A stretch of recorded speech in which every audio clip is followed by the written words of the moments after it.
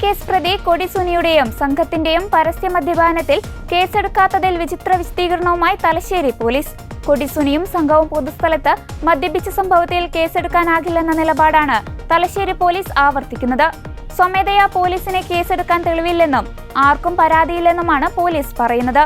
കഴിച്ചത് മദ്യമാണെന്ന് തെളിയിക്കാൻ പറ്റാതെ കേസ് നിൽക്കില്ലെന്നുമാണ് പോലീസിന്റെ വാദം. കണ്ണൂരിലെത്തുന്ന DGP റവാഡ ചന്ദ്രശേഖർ ജില്ലയിലെ പോലീസ് ഉദ്യോഗസ്ഥരുമായും യോഗം ചേരും. കൊടിസുനിയുടെ മദ്യപാനം ഉൾപ്പെടെയുള്ള വിഷയങ്ങളിൽ നിജസ്ഥിതി തേടും. പോലീസ് കാവലിൽ മദ്യപിച്ച സേനയ്ക്ക് വലിയ നാണക്കേട് ഉണ്ടാക്കിയിരുന്നു. കേസെടുക്കാത്ത പോലീസ് നടപടിയെ ന്യായീകരിച്ച് നേരത്തെ CPM നേതൃത്വം രംഗത്തെത്തിയിരുന്നു. വീഴ്ചയിൽ പോലീസ് ഉദ്യോഗസ്ഥർക്കെതിരെ നടപടിയെടുത്തുവെന്ന് സ്പീക്കർ AM ഷംസീറും P ജയരാജനും പ്രതികരിച്ചു. അതേസമയം പരോൾ ഉൾപ്പെടെ മുടങ്ങുന്ന സാഹചര്യം ഒഴിവാക്കാനാണ് TP വധക്കേസ് പ്രതികൾക്കെതിരെ കേസെടുക്കാത്തതെന്ന് MLA KK രമ ആരോപിച്ചു. തടവ് പുള്ളികൾ അച്ചടക്കം പാലിക്കുവാൻ ബാധ്യസ്ഥരാണെന്നും കൊടിയാണെങ്കിലും വടിയാണെങ്കിലും നടപടി ഉണ്ടാകുമെന്നായിരുന്നു കണ്ണൂർ സെൻട്രൽ ജയിലിൽ ഉപദേശക സമിതി അംഗമായ P ജയരാജന്റെ പ്രതികരണം. ജയിലിനകത്തും അവിടെ തടവ് ശിക്ഷ അനുഭവിക്കുന്നവർ പുറത്തു വരുമ്പോഴും എല്ലാം അച്ചടക്കം പാലിക്കാൻ ബാധ്യസ്ഥമാണ്. ഇവിടെ മാധ്യമങ്ങളിലൂടെ ഇപ്പോൾ പുറത്തു വന്നിട്ടുള്ള വാർത്ത അങ്ങനെ ഒരു അച്ചടക്ക ലംഘനത്തിൻ്റെ പേരിൽ സർക്കാർ തന്നെ നടപടിയെടുത്തിരിക്കുന്നു എന്നതാണ്. അതിൽ ഈ ഗവൺമെൻറ് വിരുദ്ധരായിട്ടുള്ള ആളുകൾക്ക് ആഹ്ലാദിക്കാൻ യാതൊന്നുമില്ല. കാരണം ഗവൺമെൻറ് കർശനമായ നടപടി എടുത്തിട്ടുണ്ട്. കൊടിയായാലും വടിയായാലും അച്ചടക്കം ലംഘിച്ചാൽ നടപടി. അതാണ് പിണറായി സർക്കാരിൻ്റെ പ്രത്യേകത. പിണറായി സർക്കാർ തെറ്റ് ചെയ്തവർക്കെതിരെ മുഖം നോക്കാതെ നടപടി സ്വീകരിക്കും എന്നതിൻ്റെ പ്രത്യക്ഷമായിട്ടുള്ള ഉദാഹരണമാണ് ഇങ്ങനെ ജയിലിൽ നിന്നും പുറത്തു കോടതിയിൽ ഹാജരായ അവസരത്തിൽ നൽകിയിട്ടുള്ള ചെയ്തിട്ടുള്ള അച്ചടക്ക ലംഘനം സംബന്ധിച്ച് നടപടിയെടുത്തിട്ടുള്ളത്. ഒരു തടവുകാരൻ, അത് X or Y ആരോ ആയിക്കൊള്ളട്ടെ, ഒരു തടവുകാരൻ തടവിൻ്റെ ഭാഗമായി കോടതിയിൽ ഹാജരാക്കുന്ന അവസരത്തിൽ സ്വാഭാവികമായിട്ടും പോലീസ് എസ്കോർട്ട് ഉണ്ടാകും.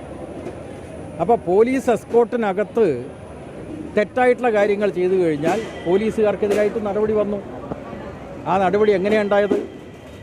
പോലീസിൻ്റെ ഇൻ്റലിജൻസ് റിപ്പോർട്ടിനെ അടിസ്ഥാനപ്പെടുത്തിയിട്ടാണ് 3 പോലീസുകാരെ സസ്പെൻഡ് ചെയ്തിട്ടുള്ളത്. മറ്റല്ലാതെ വേറെ ആരും പരാതി കൊടുത്തിട്ടൊന്നുമല്ല. പോലീസിൻ്റെ, ഞാൻ പറഞ്ഞേക്ക്, പോലീസിൻ്റെ ഇൻ്റലിജൻസ് റിപ്പോർട്ടാണ്. നിങ്ങൾ മാധ്യമപ്രവർത്തകന്മാരുടെ റിപ്പോർട്ടാണോ? അല്ല.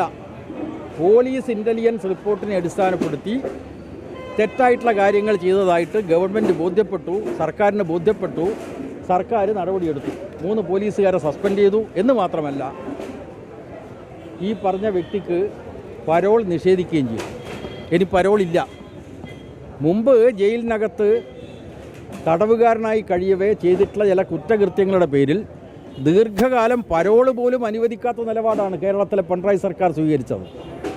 അപ്പോൾ ഗവൺമെൻറ്റിനെ സംബന്ധിച്ചിടത്തോളം കൊടിയുടെ നിറം നോക്കാതെ അച്ചടക്ക ലംഘനം നടത്തിയാൽ നടപടിയെടുക്കും എന്നതാണ് തെളിയിക്കുന്നത്. ഏറ്റവും ഒടുവിലത്ത് ഈ പരോൾ റദ്ദാക്കിക്കൊണ്ടും അന്ന് എസ്കോർട്ട് പോയിട്ടുള്ള പോലീസുകാരെ സസ്പെൻഡ് ചെയ്തുകൊണ്ടുമുള്ള സർക്കാരിൻ്റെ നടപടി അത് സർക്കാർ സ്വമോട്ടോ എടുത്തതാണ്, സ്വമേധയെ എടുത്തതാണ്. അതിനിടയിൽ മനുഷ്യാവകാശങ്ങൾ ഇല്ലാതാക്കിക്കൂടാ. കാരണം ഇന്ന് പണ്ടത്തെ പോലെ ജയിലിനെ പറ്റിയുള്ള സങ്കല്പനമല്ല ഉള്ളത്. ജയിൽ ശിക്ഷിക്കപ്പെട്ട തടവുകാരെ പാർപ്പിക്കാനുള്ളതാണ്. അതോടൊപ്പം തിരുത്തൽ കേന്ദ്രങ്ങൾ കൂടിയാണ്. സെൻട്രൽ ജയിലിൻ്റെ ബോർഡിങ്ങൾ കണ്ടിട്ടില്ലേ? അല്ലേ? Kannur central jail and correctional centre എന്നാണ്. തിരുത്തൽ കേന്ദ്രം കൂടിയാണ്. എന്നാൽ വടിയെടുത്തത് പോലീസിനെതിരെ മാത്രമാണ്. കൊടിസുനിക്കെതിരെ കേസെടുക്കുന്നതിൽ P ജയരാജന് മൗനമാണ്. പോലീസ് സേനയ്ക്കാകെ നാണക്കേടായ സംഭവം പുറത്തു വന്നിട്ടും പ്രതികളെ സംരക്ഷിക്കുന്ന നിലപാടാണ് തലശ്ശേരി ASPയും സംഘവും സ്വീകരിച്ചത്. തലശ്ശേരിയിൽ വെച്ചുണ്ടായ സംഭവത്തിൽ അത് സർക്കാർ നടപടി എടുത്തല്ലോ എന്നായിരുന്നു സ്ഥലം MLA കൂടിയായ സ്പീക്കർ AM ഷംസീറിന്റെ പ്രതികരണം. ഒരിക്കലും അദ്ദേഹത്തെ പോലുള്ള ആ ഭാഗത്ത് ഉണ്ടാവാൻ പാടില്ലാത്ത പരാമർശമായിരുന്നു. മറ്റു വിശദാംശം എനിക്ക് അറിയുന്നതല്ല. ജയിലിനകത്തുള്ളതായിട്ട് എൻ്റെ ശ്രദ്ധയിലില്ല. ജയിലിൻ്റെ പുറത്തുനിന്ന് കഴിച്ചതായി നിങ്ങളിലൂടെ ഞാൻ അറിഞ്ഞു.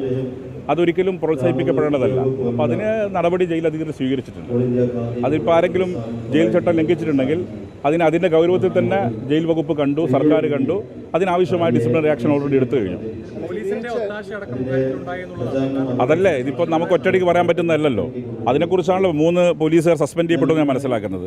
ഇപ്പോൾ സ്വാഭാവികമായും അച്ചടക്ക ലംഘനങ്ങൾ നടക്കുമ്പം അതിനനുസരിച്ച് ഡിസിപ്ലിനറി ആക്ഷൻ ഫോഴ്സിനകത്തുണ്ടാവും. അത് ഫോഴ്സ് സ്വീകരിച്ചിട്ടുണ്ട്. ജയിലിനകത്തുനിന്ന് മൊബൈൽ ഫോൺ പിടിച്ചതായി എൻ്റെ ശ്രദ്ധയിലില്ല. ജയിലിനകത്ത് നിന്ന് കോടതിയിൽ ഹാജരാക്കിയ പ്രതികൾ മദ്യപിച്ചു എന്നൊരു വിവരം എൻ്റെ ശ്രദ്ധയിലുണ്ട്.